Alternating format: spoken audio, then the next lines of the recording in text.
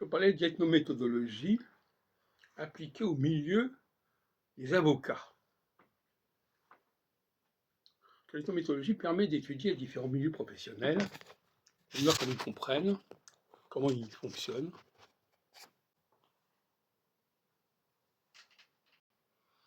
Et quels sont les outils dont ils disposent, les ethnopratiques, les ethnotechniques.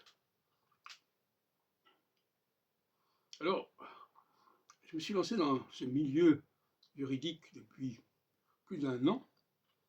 Je l'ai connu d'ailleurs à différentes époques. Et là, j'ai eu l'occasion d'interviewer, de fréquenter pas mal d'astrologues, à la suite les uns des autres. Parce qu'on peut les révoquer, on peut les convoquer. Enfin. Et il apparaît que... Alors, moi, ce qui est intéressant aussi, c'est que je les connais aussi bien pour défendre, que de l'autre côté. Donc, je connais aussi bien leur fonctionnement dans les deux sens. Alors, parfois, j'ai eu affaire à des avocats de la partie adverse, dont j'ai montré les incohérences et les inconsistances. Et puis, j'ai également montré que les avocats qui étaient de mon côté étaient également insuffisants. C'est une insuffisance générale. Pourquoi? Parce que ces gens-là, ils sont des marchands.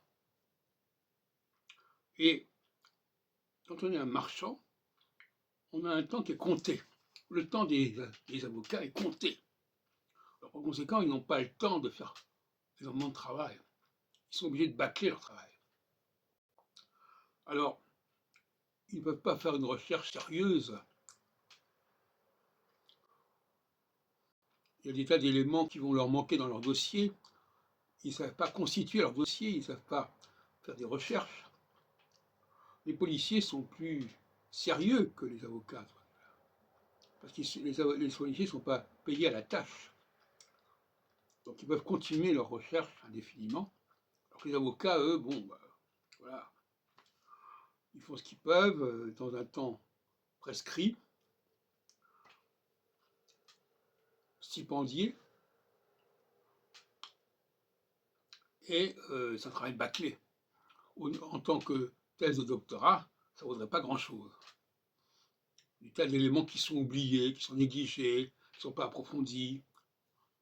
Et d'ailleurs, c'est intéressant, parce que quand on a un avocat en face de soi, de l'autre côté, on peut profiter de ses incuries et de ses insuffisances. C'est ce que j'ai montré moi-même.